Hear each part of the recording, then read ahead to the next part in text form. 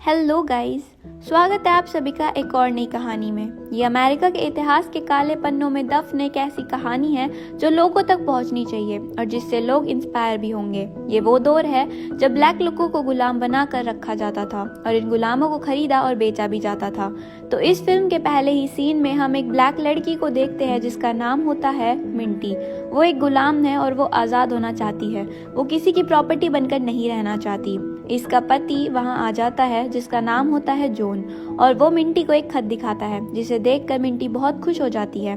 फिर ये खत लेकर मिंटी और उसका पति अपनी पूरी फैमिली के साथ उनके मालिक के पास जाते हैं और ये लेटर दिखाकर कहते हैं कि मिंटी और उसके हस्बैंड जॉन ने अपनी फैमिली शुरू करने का प्लान किया है और ये लेटर एक वकील का है जिसको उन्होंने हायर किया है क्योंकि मिंटी और उसका पति अब गुलाम बनकर नहीं रहना चाहते। मिंटी के फादर और पति गुलाम नहीं है, लेकिन मिंटी और उसके साथ उसकी पूरी फैमिली गुलाम है इन लोगों की। इसीलिए मिंटी और उसके पति ने वकील हायर कर लिया था ताकि वो कानूनी तौर पर मिंटी को गुलामी से आज़ाद कर सके। लेकिन उसका मालिक इस बात से इनकार कर देता है और कहता है कि जॉन और मिंटी के फादर मेरे गुलाम नहीं हैं। बाकी बच्चे सब यहाँ पे जितने भी हैं सभी मेरी पर्सनल प्रॉपर्टी हैं और हमेशा रहेंगे, यानी कि तुम्हारे बच्चे और उनके बच्चे सब मेरे गुलाम रहोगे और यही कानून है।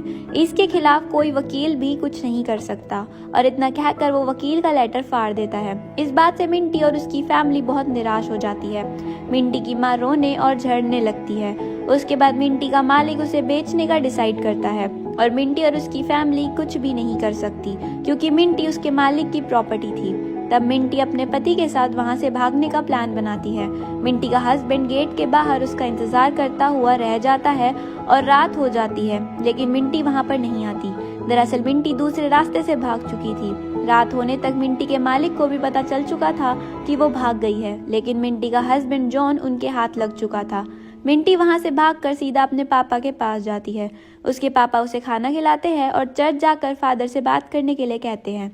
वो वैसा ही करती है। चर्च में फादर उसे किस दिशा में आगे बढ़ना है इस बारे में बताते हैं और जानकारी देते हैं। आखिर में मिंटी का सफर कहाँ जाकर खत्म होगा इस बारे में भी जानकारी देते हैं। मिंटी रात के अंधेरे में अपनी आज़ादी की तलाश में निकल पड़ती है। उसे नहीं पता उसकी मंजिल यहाँ से कितनी दूर है और वो वहाँ तक कैसे पहुँचेगी, वो पहुँच पाएगी भी या नहीं। वहाँ तक जाने के लिए उसे किन मुसीबतों का सामना करना पड़ेगा वो कुछ भी नहीं जानती। बस मन में एक आशा की किरण लेकर वो निकल पड़ी और मिंटी के पिता के पास उसके मालिक के लोग आकर पूछताछ करते हैं, लेकिन मिंटी वहाँ से भाग चुकी थी।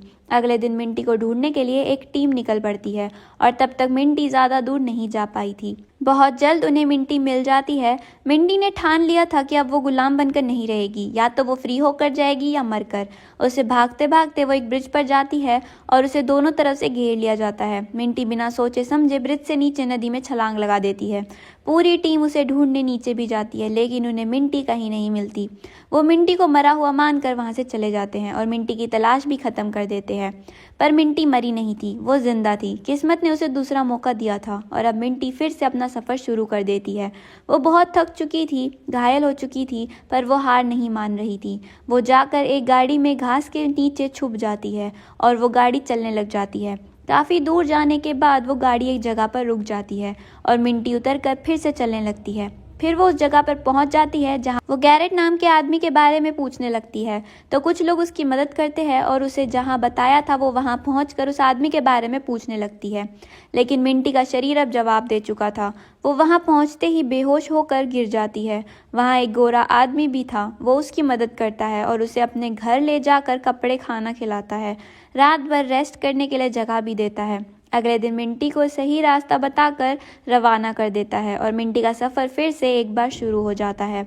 वो पहुंच जाती है अपनी मंजिल के बहुत ही करीब, फिलाडेल्फिया पेंसिल्वेनिया में, जहां उसे एंटी स्लेवरी सोसाइटी की तलाश है। ये सोसाइटी ब्लैक स्लेव्स को आज़ादी की जगह दिखाती है और उन्हें आज़ादी और जॉब दोनों प्रोवाइड करती है।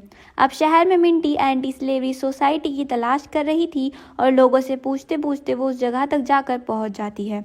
वहां उसकी मुलाकात होती है विलियम स्टिल नाम के एक आदमी से, जो एंटी स्लेवरी सोसाइटी के चीफ हैं, वो मिंटी की हेल्प करता है। वो मिंटी को यहाँ तक पहुँचने के लिए कॉन्ग्रेट्स करता है और उसे एक नया नाम भी देता है। मिंटी अपना नया नाम हैरिट चुनती है।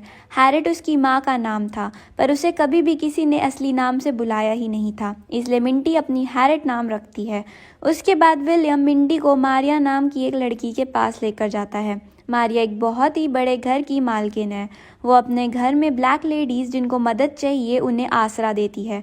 मारिया मिंटी को भी उसके घर में वेलकम करती है। यहाँ पर मिंटी को अफसोस भी होता है कि जब वो अपने हस्बैंड के साथ यहाँ से भागने वाली थी, पर वो अकेली यहाँ पर आ गई। वो चाहती थी कि जॉन भी उसके साथ यहाँ पर आए, लेकिन दरअसल मिंटी ने अपने हस्बैंड को छोड़कर भागने का फैसला इसलिए किया था क्योंकि उसे डर था कि वो पकड़े ना जाए, क्योंकि अगर वो पकड़े जाते तो जॉन, जो कि एक फ्री मैन है, वो भी गुलाम बन जाएगा। इसलिए वो उसे छोड़कर भाग गई थी। लेकिन अब मिंटी ने ठान लिया था कि वो वापस जाएगी और अपने हस्बैंड को लेकर आएगी। उसके बाद मारिया मिंटी को एक पेड जॉब भी प्रोवाइड करती है। मिंटी को पहली बार अपने काम के लिए पैसे मिलने वाले थे। वो एक्साइटेड और खुश भी थी। इसी तरह से एक साल बीत जाता है और अब मिंटी आज़ाद है। वो अभी काम करती है जिसके उसके पैसे भी मिलते हैं। वो किसी की भी प्रॉपर्टी नहीं है और वो ठान लेती है कि वो अपने पति और फैमिली को भी गुलामी की ज़िंदगी से आज़ाद कराएगी और यहाँ पर लेकर आएगी। इसीलिए वो विलियम से मदद मांगती है, पर विलियम मना कर देता है क्योंकि मिंटी का परिवार बहुत ज़्यादा दूर है और इतने दूर से गुलामों को लाना बहुत रिस्की काम था। लेकिन मिंटी हार नहीं मानती और वो खुद वापस जाकर अपने परिवार को यहाँ लाने की ठान लेती है। इसलिए वो मारिया से मदद मांगती है और मारिया उसकी मदद करती भी है। वो मिंटी को एक फ्री लेडी की तरह कपड़े देती है और कॉन्फिडेंटली बात करने के लिए भी सिखाती है और वो उसे एक गन भी देती है प्रोटेक्शन के लिए। फाइनली मिंटी ट्रेन से अपने गांव तक पहुंच जाती है और एक साल बाद अपने पति से मिलती है। वो इतने लंबे समय के बाद एक दूसरे से मिलकर बहुत खुश हो जाते हैं। जॉन मिंटी को बताता है कि मैंने सुना था कि तुमने नदी से छलांग लगा दी और तुम मर गई थी। तब मुझे बहुत दुख हुआ था, लेकिन अभी कुछ समय पहले ही मैंने दूसरी शादी कर ली और जिस लड़की से मैंने शादी करी है वो बिल्कुल फ्री वूमेन है मेरी तरह, और वो मेरे बच्चे की माँ भी बनने वाली है। ये सब सुनकर मिंटी को शौक लगता है और वो पूरी तरह से टूट जाती है और रोने भी लगती है। उसके बाद मिंटी अपने घर अपने पापा के पास आती है, जहाँ उसे उसका भाई और कुछ दोस्त मिलते हैं जो कि गुलामी की इस दुनिया से आज़ाद होने के लिए बेकरार थे, लेकिन उनकी कोई मदद नहीं कर रहा था और उन सबको बेसब्री से मिंटी का इंतज़ार था जो इन्हें अपने साथ ले जा सके। तब मिंटी सोच में पड़ जाती है कि वो यहाँ पर अपने पति जॉन के लिए आई थी, लेकिन यहाँ उसे पता चलता है कि वो इन सब के लिए आई थी। वो डरती है कि ये सफ़र न तो छोटा है ना ही आसान, ऊपर से उनके साथ एक छोटा बच्चा और एक बहुत ज़्यादा उम्र की औरत भी होगी। इन सबको मिंटी इतनी दूर सेफली कैसे ले जा पाएगी? पर उसके पापा और सभी लोग मिंटी को इंसिस्ट करते हैं कि तुम ये कर सकती हो और मिंटी मान जाती है। इसके बाद इन स्लेव्स के मालिक को पता चलता है कि ये सब भाग गए हैं। इनका मालिक ऑलरेडी घाटे में चल रहा था, उसके पास पैसे ख़त्म हो गए थे और जब ये स्लेव्स उससे बच के भागने लगे तो उसके बाद वो बौखला गया। पर वहाँ पे मिंटी की बहन भी थी, वो भागी नहीं थी। उसके 2 बच्चे भी थे। उनका ऑनर बच्चों को मारने की धमकी देता है और उसे पूछताछ करता है कि सब लोग कहाँ और कैसे भागे। तब मिंटी की बहन उन्हें मिंटी के बारे में बताती है और तुरंत ये लोग उन्हें ढूंढने निकल पड़ते हैं।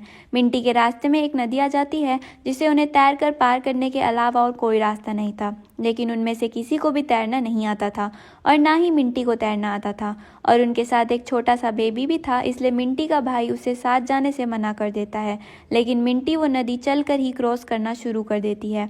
फाइनली नदी दूसरी तरफ पहुंच जाती है और फिर उसे पीछे पीछे बाकी सब लोग भी नदी को क्रॉस कर लेते हैं और वो इन सब को सेफली पेंसिल्वेनिया में ले आती है, जहाँ पर एंटी स्लेवरी सोसाइटी है। यहाँ पर विलियम इन सब की मदद करता है और इन सबको आसरा और पेड जॉब भी प्रोवाइड करता है। आज के बाद ये सभी लोग किसी के भी गुलाम नहीं हैं, बल्कि आज़ाद अमेरिकन नागरिक हैं। इसके बाद विलियम मिंटी उनकी एंटी स्लेवरी सोसाइटी की कमेटी को ज्वाइन करने के लिए कहता है। यहाँ पर मिंटी का काम होगा और स्लेव्स को आज़ादी दिलाकर मिस्टर विलियम तक पहुँचाना। मिंटी अपने काम को बहुत ही सफाई से करना शुरू कर देती है और बस ही कुछ दिनों में वो बहुत सारे स्लेव्स को भगा कर लाने में कामयाब हो जाती है और अब मिंटी और ये भागने वाले स्लेव सभी की नज़रों में आ चुके हैं। मिंटी को और इन सब को ढूंढने के लिए कई लोग इनाम रखते हैं और बहुत सारे लोग बहुत सारे स्लेव कैचर्स की टीम भी हायर करते हैं और जो इनके पीछे लगी है इनको पकड़ना चाहती है। लेकिन मिंटी बिना डरे बिना अपना काम करती रहती है और उसके बाद भी मिंटी अपनी बहन को छुड़ाना चाहती है। पहले जब मिंटी फैमिली को लेकर आई थी तब मिंटी की बहन वहीं रह गई थी, वो भागी नहीं थी क्योंकि उसके 2 बच्चे थे और इसकी वजह से उसे भागना मना कर दिया था। मिंटी की बहन वहाँ थी, इसलिए मिंटी के मम्मी पापा ने भी भागने से मना कर दिया था। लेकिन अब मिंटी ने ठान लिया है कि वो उसको उसके बच्चों के साथ लेकर आएगी और आज़ाद कराएगी। लेकिन मिंटी की बहन भागना नहीं चाहती थी क्योंकि उसके बच्चे को उसके मालिक ने कहीं पर छुपा दिया है और वो जानता है कि जब तक उसके बच्चे हैं वो कहीं नहीं भागेगी। निराशा के साथ वो वहाँ से लौट जाती है और लेकिन वो वादा भी कर जाती है कि बहुत ही जल्द वो उसको और उसके बच्चों को छुड़ा कर ले आएगा। वहाँ से जाने के बाद मिंटी को जंगल में एक लड़का मिलता है। वो उसके साथ उसके लिए काम करना चाहता है जबकि वो एक स्लेव कैचर है। मिंटी उसे एक मौका देती है और वो दोनों स्लेव कैचर्स के बीच में से भागने में कामयाब हो जाते हैं। इतने सारे स्लेव्स के भागने के कारण पूरे स्टेट में हंगामा हो गया था।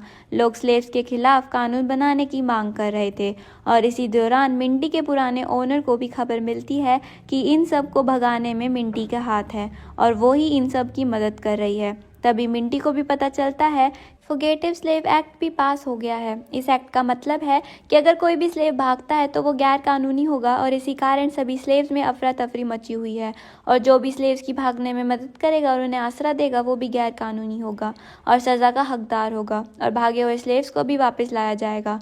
और भी बहुत कुछ था इस कानून में स्लेव्स के खिलाफ। इसकी खबर मिलते ही विलियम मिंटी और उसकी फैमिली को नॉर्थ की तरफ कनाडा जाने वाली ट्रेन में बैठा देता है और उन्होंने जितने भी स्लेव्स को सेव किया था सबको कनाडा भेज दिया जाता है। कनाडा में इस एक्ट का कोई मतलब नहीं होगा और फाइनली वो भी ट्रेन में जाने के लिए तैयार हो जाती है। लेकिन वो पहले कहती है कि मैं मारिया को गुड बाय कहना चाहती हूँ, इसलिए वो मारिया के पास जाती है। लेकिन वो देखती है कि पुराने ओनर मारिया को मार पीट कर मिंटी के बारे में पूछ रहे थे, लेकिन मारिया मिंटी के बारे में कुछ भी नहीं बताती और ये सब मिंटी वहीं छुप कर देख रही थी। आखिरकार वो लोग मारिया को मारकर वहाँ से चले जाते हैं। मारिया की मौत से मिंटी को बहुत ज़्यादा बुरा लगता है, बहुत दुख होता है। कुछ समय के लिए वो पूरी तरह से टूट जाती है। वो भी कनाडा चली जाती है और एक नई ज़िंदगी शुरू करती है। लेकिन कुछ ही समय बाद उसे उसकी बहन की मौत की खबर मिलती है। इससे मिंटी को हार का और दर्द का एहसास होता है। उसकी बहन तो अब मर चुकी थी लेकिन उसके 2 बच्चे और मिंटी के मॉम डैड अभी भी जिंदा थे और गुलामी की ज़िंदगी को जी रहे थे जिनको वहाँ से छुड़ा कर लाना ज़रूरी था। वो फिर से न्यूयॉर्क में पहुँच जाती है एंटी स्लेवरी सोसाइटी में, जहाँ सभी लोग स्लेव्स की मदद करना चाहते थे, उनको गुलामी की ज़िंदगी से आज़ाद कराना चाहते थे। लेकिन फुगेटिव एक्ट की वजह से वो हार मान चुके थे और वो कुछ खास नहीं कर पा रहे थे। तब मिंटी ठान लेती है कि कोई उसकी मदद करे या ना करे वो अपना काम करना नहीं छोड़ेगी। वो पहले ही 100 माइल की दूरी से बहुत सारे स्लेव्स को भगा कर लाती थी और अब वो 600 मील की दूरी से ऐसा करेगी। वो कनाडा तक स्लेव्स को लाएगी और वो बहुत ज़्यादा रिस्की होगा, मुश्किल काम होगा, लेकिन दूरी बढ़ने के कारण मिंटी पर कोई असर नहीं पड़ेगा। वो फिर से स्लेव्स को भगाकर कनाडा बॉर्डर तक लाने का काम शुरू कर देती है और कुछ स्लेव्स को बचा भी लेती है। लेकिन उसे एक दिन खबर मिलती है कि उसके डैड अभी भी स्लेव्स को भगाने में मदद कर रहे हैं और इस बात की खबर उस गवर्नमेंट तक पहुंच गई है। वो लोग मिंटी के डैड को अरेस्ट करने वाले हैं, इसलिए उनके अरेस्ट होने से पहले ही मिंटी अपने मॉम डैड के पास पहुंच जाती है और उनको भगाने में भी कामयाब हो जाती है। लेकिन अब मिंटी के बहन के बच्चे वहीं पर हैं जो अभी भी गुलामी कर रहे हैं और वो उनको भी बचाना ज़रूरी समझती है। मिंटी उन्हें भी रात के अंधेरे में भगाने में कामयाब हो जाती है। साथ ही वो कई और स्लेव्स को भी अपने साथ ले जाती है। तुरंत ही बात की खबर लोगों तक पहुंच जाती है। ये बात आग की तरह फैल जाती है। हर तरफ मिंटी को और बाकी स्लेव्स को ढूंढने जाने लगते हैं और सुबह हो जाती है। मिंटी इस बार भी इतने सारे स्लेव्स कैचर के बीच में से भागने में कामयाब हो जाती है, लेकिन मिंटी का पुराना ओनर उसको ढूंढते ढूंढते काफ़ी नज़दीक पहुंच जाता है। इसलिए मिंटी अपने पहले वाले लोगों को वहां से भगा देती है और खुद वहां से दूसरे रास्ते की तरफ भाग जाती है। और उसके बाद जब वो उनके सामने से भागती है तो इसीलिए वो उनके ध्यान भटक जाता है और वो भी मिंटी का पीछा करने लगते हैं और बाकी स्लेव्स को छोड़ देते हैं। मिंटी के ओनर को वो जिंदा चाहिए थी और स्लेव कैचर उसे गोली मारने ही वाला था कि तभी मिंटी का ओनर उस स्लेव कैचर को ही गोली मार देता है और वो फिर से मिंटी का पीछा करने लगता है और फाइनली मिंटी उसे पकड़ लेती है, ना कि वो मिंटी को पकड़ लेता है। और अब जब मिंटी ने उसे पकड़ लिया था वो उसकी राइफल को भी छीन लेती है, उसे घुटनों पर ला देती है और वो मिंटी से अपनी जान की भीख मांगता है, गिड़गिड़ाता है और धमकियां भी देता है, लेकिन मिंटी उसकी बातों में नहीं आती। लास्ट में वो उसकी जान को बख्श देती है और उसे भीख में उसकी जान देकर वहां से चली चली जाती है।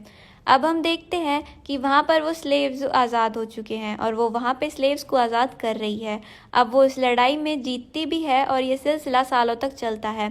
इसमें उसके साथ देने वाले हज़ारों लोग जुड़ते हैं और मिंटी उर्फ हैरेट की मौत 10 मार्च 1913 में लगभग 91 साल की उम्र में हो गई।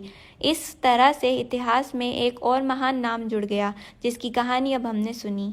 Thank you for watching. Bye bye.